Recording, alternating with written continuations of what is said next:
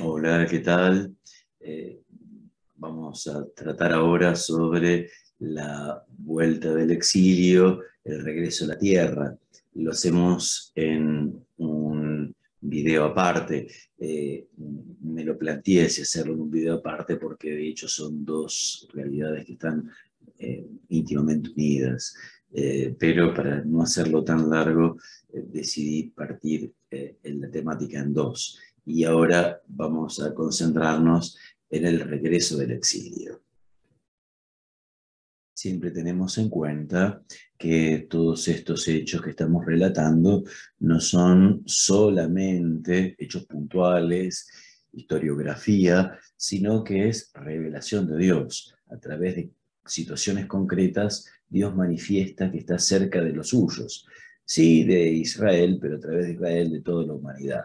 En este caso, en el regreso de Babilonia a la tierra, que no va a tener a tierra prometida, que no va a tener aquí como líder a un Moisés judío, hebreo, sino al rey Ciro, que la Biblia lo trata con muchísimo elogio, particularmente el capítulo 45 de Isaías, menciona a Ciro como el ungido de Yahvé.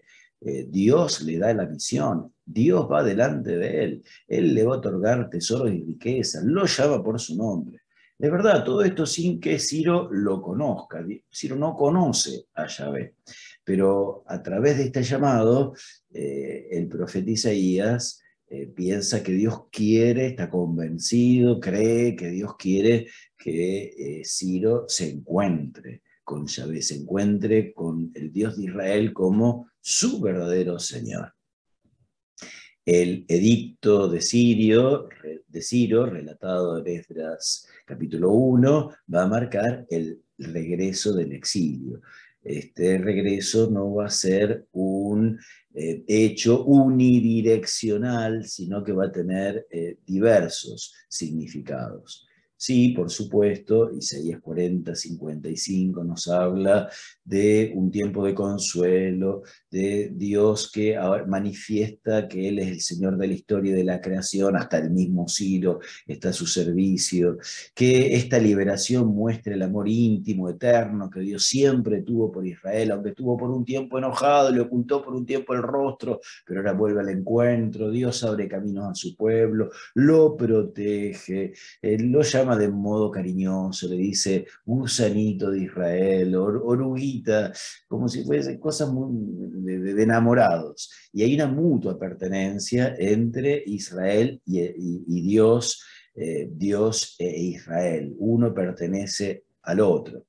Ahora, todo esto que parece tan bello, tan hermoso, tan esperanzador, va a contrastar con realidades eh, que muchos israelitas no querían volver a Palestina porque se habían afincado, afianzado su situación económica, familiar en Babilonia y ya estaban muchos bien ahí.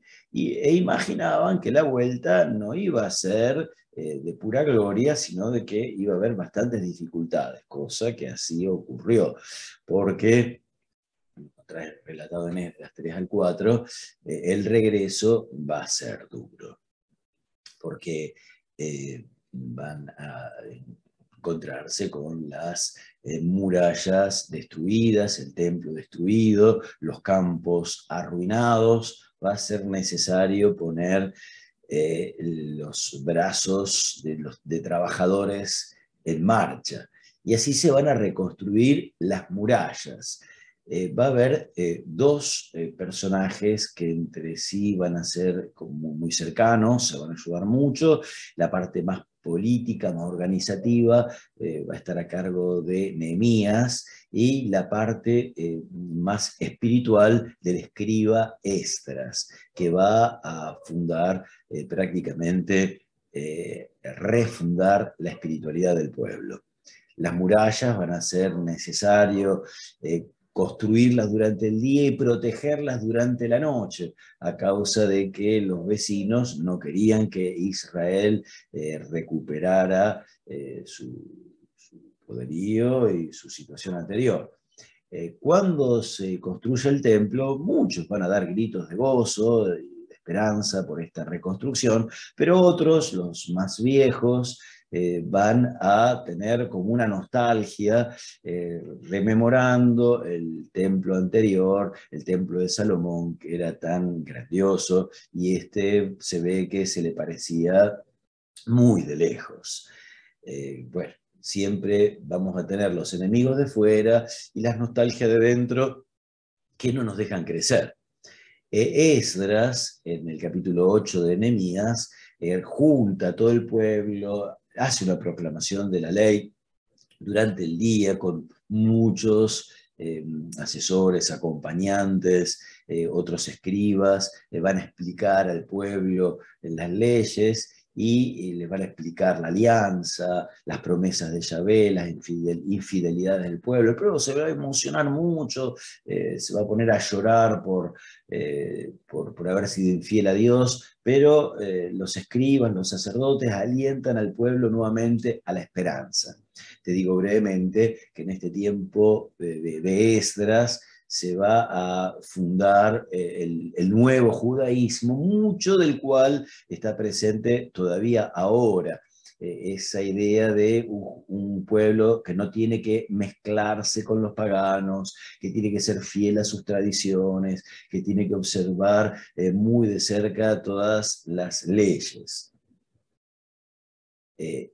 También, aunque es un libro muy cortito, es necesario mencionar al profeta Ageo. Un profeta muy particular. Casi todos los profetas solían decirle al pueblo que eran hipócritas porque llevaban adelante el culto, pero se olvidaban de la ley, de la justicia en la vida cotidiana. Ageo es un profeta especial porque él insiste en que el templo tiene que ser reconstruido y que la gente no tiene que conformarse con dedicarse a sus propias casas, sus propias quintas de descanso, sobre todo los más poderosos, y olvidar la reconstrucción del templo. Y dice y explica que si Israel no termina de salir adelante es por este egoísmo que centra a la gente en sus propias necesidades y se olvidan de lo de todos y se olvidan de la gloria de Dios, se olvidan de la casa de Dios. Este periodo da para muchísimo más, pero como aquí estamos haciendo una presentación muy esquemática, ya cerrando, te cuento que, bueno, este es un momento en el cual Israel va a profundizar mucho, se va a hacer muchísimas preguntas, va a descubrir una presencia más interior de Dios, va a comprender que la presencia de Dios no está en los éxitos materiales, no está en el esplendor, sino en la justicia, en la paz, en ese corazón nuevo, en el vivir la alianza.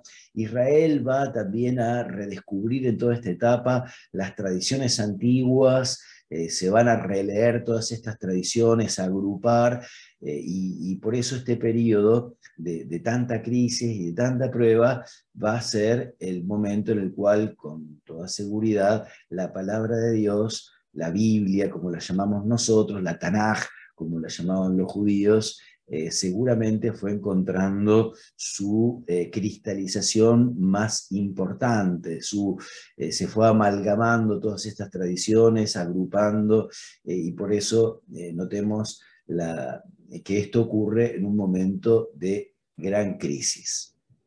Concluimos así la descripción de este periodo tan rico, dramático, profundo, quizás ambivalente de la historia de Israel.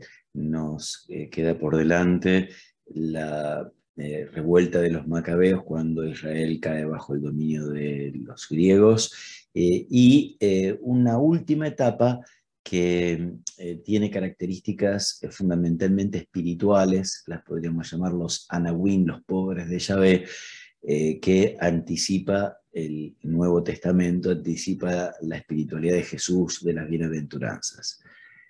Hasta la próxima, muchas gracias por tu atención.